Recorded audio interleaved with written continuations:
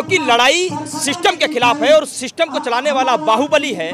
85 से ज़्यादा FIR उस पे हैं और 30 से ज़्यादा संगीन धाराओं में मुकदमे दर्ज हैं। टाडा एक्ट उस पे लगा, गुंडा एक्ट उस पे लगा, गैंगस्टर एक्ट उस पे लगा, UP गैंगस्टर एक्ट उस पे लगा, तमाम धाराओं से लैस, और फिर भी वो जो है स्वतंत्र है। मीडिया के सामने आकर के बड़ी बड़ी बातें कर रहा है, लच्छेदार जो है शब्दों का प्रयोग कर रहा है, उल जलूल भाषा का प्रयोग कर रहा है। तो ऐसे सिस्टम को चलाने वाली मानसिकता के साथ हमारी लड़ाई है और इतनी आसान नहीं है वो लड़ाई, इतनी आसान नहीं है।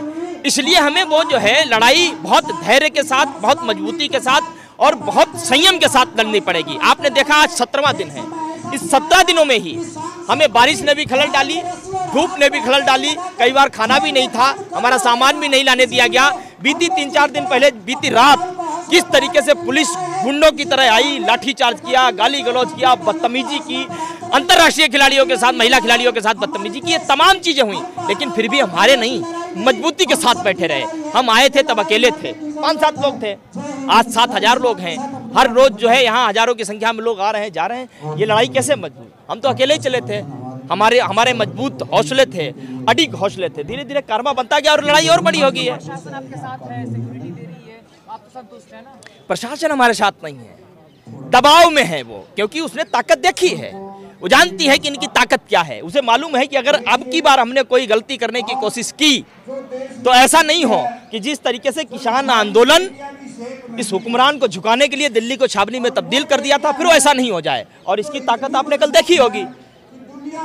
जिस तरीके से जाति बनाम देखिए, ये बहुत ही मतलब एक इतनी गलत बात है, इतनी दुख और तकलीफ की बात है। इस देश का प्रधानमंत्री, क्या उसको एक जाति ने वोट दिया? क्या एक जाति ने समर्थन किया? क्या हिंदू ने वोट नहीं दिया, मुस्लिम ने वोट नहीं दिया, सिख ने नहीं दिया, ईसाई ने नहीं दिया, ब्राह्मण ने, क्षत्रिय ने, दलित ने, OBC ने, किसी ने वोट नहीं दिया? सबके वोट मिलने के बाद ही तो आप देश के प्रधानमंत्री बने हो। आपने 15 लाख की बात की, आपने बेटी बचाओ बेटी पढ़ाओ की, आपने अपना एजेंडा एक दिया, देखिए ये हमारे नारे हैं, ये चीज है, ये सोच है, तभी तो हमने आपको समर्थन दिया।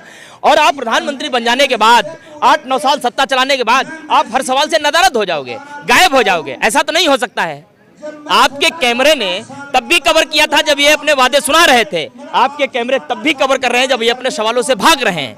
अगर मैं ये कहूं ये सवालों से भागने वाले प्रधानमंत्री है तो इसमें कुछ गलत नहीं कह रहा हूं मैं। दूसरी बात, जब कोई बेटी या जब कोई बेटा जब मेडल जीतता है तो वो किसी राज्य के लिए नहीं जीतता, वो देश के लिए मेडल जीतता है। और किसी खिलाड़ी को मेडल मिलने के पहले उसको देश को मेडल मिलता है, खिलाड़ी को बाद में मिलता है। और जब वो मेडल मिल जाता है तो वो चाहे बेटा हो चाहे बेटी हो, वो देश की धरोहर होता है।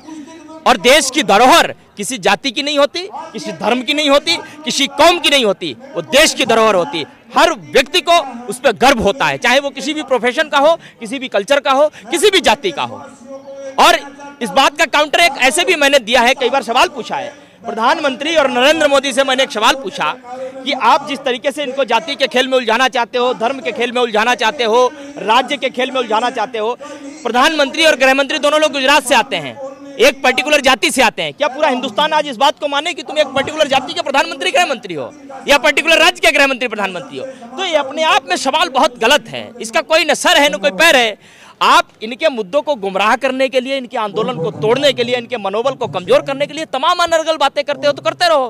किसान आंदोलन के समय भी आपने यही किया। अंततः क्या हुआ? आपको 19 नवंबर को माफी मांगनी पड़ी देश के सामने। और फिर कहीं और आपको एक और बात बता दूं, इन खिलाड़ियों पे एक एलिगेशन लगाया गया था कि जिस तरीके से ये सड़कों पर बैठी हैं, ये अनुशासनहीनता, इससे देश की बदनामी हो रही है। इनके बैठने से अनुशासनहीनता तो नहीं हो रही है, लेकिन तुम्हारे राज्य में बेटी बचाओ बेटी पढ़ाओ का कैंपेन बड़ी जोर शोर से चलाया गया। और उस कैंपेन को चलने के बाद अंतर्राष्ट्रीय ख्याति प्राप्त करती हुई बेटियां जब 15-15 दिन सड़कों पर बैठे, उनके आंसू ये सरकार देखने को तैयार नहीं हो, हुक्मरान उनकी बात सुनने को तैयार नहीं हो, तब जरूर देश की बदनामी होती है। और देश की बदनामी देश में नहीं विश्व स्तर पर होती है। भाई साहब कह रहे हैं आप कि ब्रिजभूषण माफिया, अगर माफिया होता तो मिट्टी में नहीं मिला दिए होते अब तक योगी जी। देखिए, मैं हमेशा एक उम्मीद करता हूँ कि एक पत्रकार की तरीके से सवाल पूछे। अरे मिट्टी में मिलाने के बाद जब योगी, मैं क्या कह रहा हूँ, मेरी भी तो बात सुनो, मेरी भी तो बात सुनो। देखिए, वो जो मिट्टी है, शायद इससे पहले आपका किसी ने ऐसा जवाब नहीं दिया। वो मिट्टी जो है, उस मिट्टी का नाम जानते हो क्या है? वो मिट्टी भारतीय जनता पार्टी है। मिट्टी में मिलाते हैं जितने अत्याचारी, जितने बलात्कारी, जितने दुराचारी, पापाचारी, अनाचारी, वो जाते हैं और उस मिट्टी में मिलते हैं। उस मिट्टी से कोई एमएलए बन के निकलता है, कोई एमपी बन के निकलता है, कोई कुछ बन के निकलता है, कोई कुछ निकलता है। तो ये मिट्टी है तमाम। देख लीजिए आज इस देश का गृह राज्य मंत्री, उसका नाम जानते हैं? अजय कुमार टैनी। वो कौन है? क्या वो गुंडा नहीं है? उसके बेटे ने किसानों को कुचला नहीं है? एक पत्रकार को अपनी गाड़ी के नीचे रौंदा नहीं है? आप बताइए मुझे। कुलदीप सेंगर, चिन्मयानंद, स्वयं अमित शाह, ये कौन है? या ये तड़ी पार नहीं रहे हैं? इन पे तमाम मुकदमे नहीं चले हैं? स्वयं योगी आदित्यनाथ पे तमाम मुकदमे नहीं चले हैं? ये मैं थोड़ी कह रहा हूँ, ये तो रिकॉर्ड है, सार्वजनिक है, पब्लिक डोमेन में है।